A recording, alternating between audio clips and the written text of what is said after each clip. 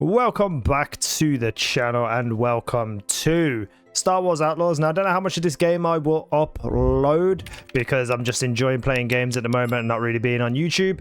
But this game has a lot of fun settings and things that you should turn on and switch around and stuff because there is just so much accessibility in this game. It's insane. And I feel like tips here and there might help a few people. On PC, it would be very similar, but obviously I don't know kind of like what your PC is set up to be. I don't know how powerful it is, so you know you're gonna have to determine the graphics on what you can handle itself. I'm playing on Xbox. Now, when you first start the game, you will find that your cinematic display mode is set to 21:9, which means you get these horrible black bars on the top and the bottom. If you enjoy this and you like the cinematic experience, absolutely keep it, but I just think it just looks very silly.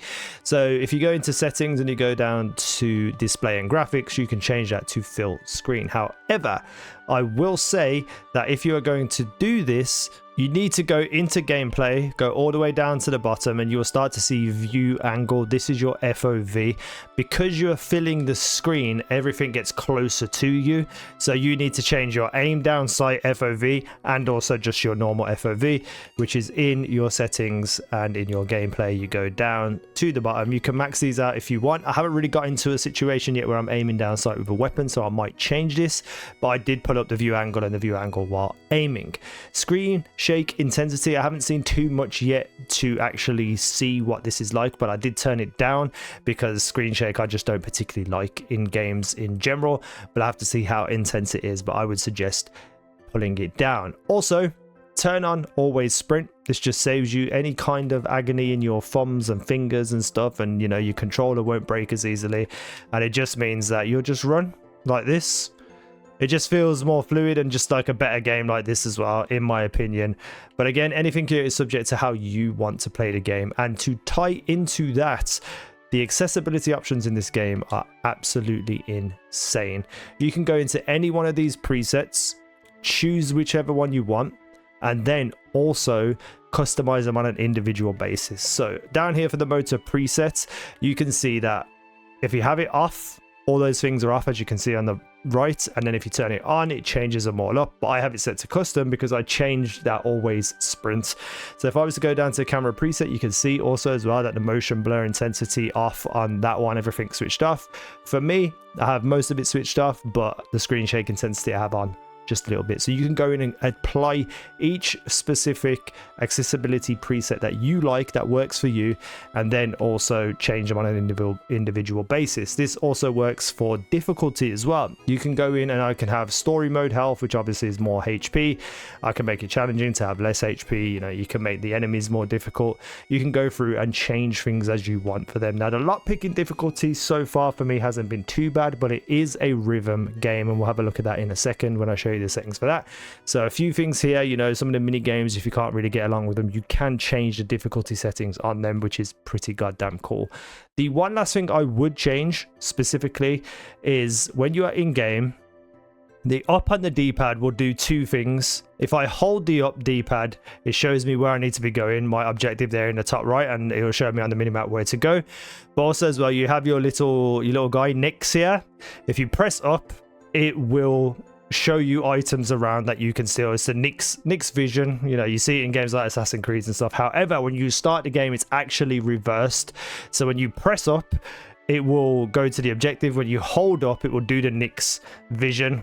That is just counterintuitive to most games. So you want to go into your settings, then go down to your controls, go to advanced controls, and then go all the way down past everything else until you get to this swap ping objective and Nix sense. You want to turn that on, and it will allow you to press up instead of holding up for the Nix vision, which is a thing you're going to be using a lot of. So you just want it to be on a quick one button press. The inner dead zone and all this stuff in here, again, it's how you play, what you feel is good. But I will say that the look sensitivity, the aiming sensitivity is very low. I've turned it all the way up till 10, and you can see that it's still not super fast, so you want to make sure it's as high as possible, in my opinion. So a couple of more things to do with Nix. Nix will be used to be able to go and steal things and pick up items and stuff that are hidden away. And basically you go into this mode where everything grays out, and then it will give you something to like tell Nix to go and fetch or steal. You know, you can see highlighted in blue down there shows you kind of where Nix is and what you can steal. I've stolen everything from here, so there's nothing to show on screen. But this Nix mode is a bit finicky, I think, is the best way to describe it. And if you go back into settings and you go to gameplay and you go all the way down, there is an option for Nix that you can turn off if you want to. Nix prompts. So these are the things that you look at and tell her to go steal. I think it's a girl, Nix. But you tell Nix to go and steal them. If you have this on, it requires you to press the button for Nix to run off and do it. If you don't, it will just automatically complete it, so Nix will act on their own. I prefer to have the prompts because, you know, it's cool just to see something and be like, oh, send it through there. It's not anything difficult to press, like you just look at something and you press a button. So it's really up to you whether you want to focus on the game and not focus on Nix and having to ping things all the time. Completely up to you. I like it on. If we go into controls again, we go to advanced controls and we go down, you have a couple of options here for Nix. So change hold actions to press. I don't exactly know what this is for, but for me, anything that you can press instead of holding it is good. But for Nix specifically, you can set Nix to be a hold or a press.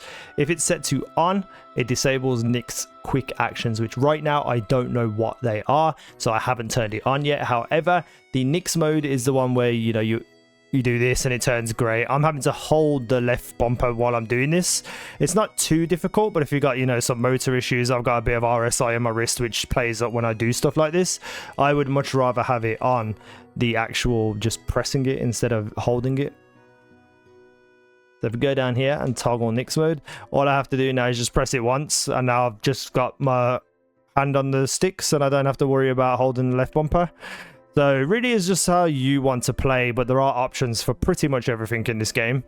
So hopefully I could get some footage of some lot picking and then we can talk about it. So if we go into settings again and we go to gameplay, you can see that all of the things down the bottom here are all the mini games, you know, that you can change. So, you know, got the Kessels to back card header, so I'm assuming this is some sort of card game. So when you get to that point in the game, you can change all these options, but lot picking is something you're going to do a lot of, so you can actually just turn off the rhythm game that you play. Now the rhythm game isn't particularly difficult, but for people, you know, who have certain issues and challenges, it might just be a little bit too much, so you could just turn it off completely and handle your lot picks in a different way. You can make the lot picking difficulty harder if you wish to, or easier, and you can also turn on extra visual cues, which I'm assuming will just allow it to be much easier to see when you press the button or when you have to press the button. So if I can get some footage, I will show you. I have turned the visual cues on because while the rhythm is fairly easy to see, it's basically just two lights that flash and you've got to press the button at the same time. I have found that realistically you need to press the button before it happens. So you have to listen to the rhythm and then press the button just prior to when they would light up on the rhythm beat. So it's a little bit finicky. So I think the visual cues will help me or help anyone be able to find those hits of rhythm a little bit easier. Or you can just turn them off. And all the other games I haven't got to yet, but again, there are options here for you to change it up and make things a bit easier or even a bit more difficult if you like.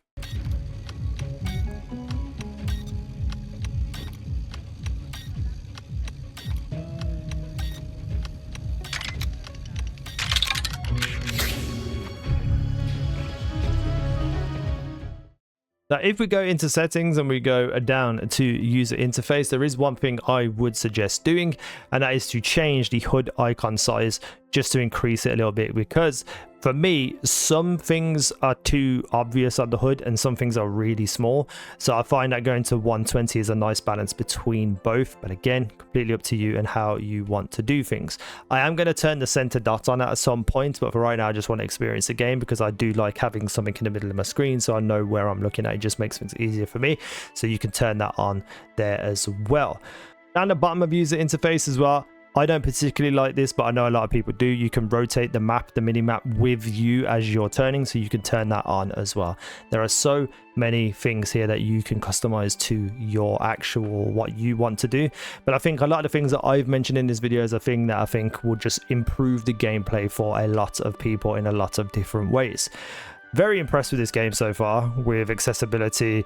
You know, graphics I've never really cared about, but it does look absolutely gorgeous in certain places. The models and stuff don't look particularly special, but everything else in this world makes you feel like you're in a Star Wars world. I haven't got to anything super important yet, like battle systems and stuff like that, but you know, I think it's gonna be decent. But that's what you should be doing for settings, in my opinion. Let me know what you think down below in the comment section. Thank you for watching. I've been easy. Now you guys have been awesome.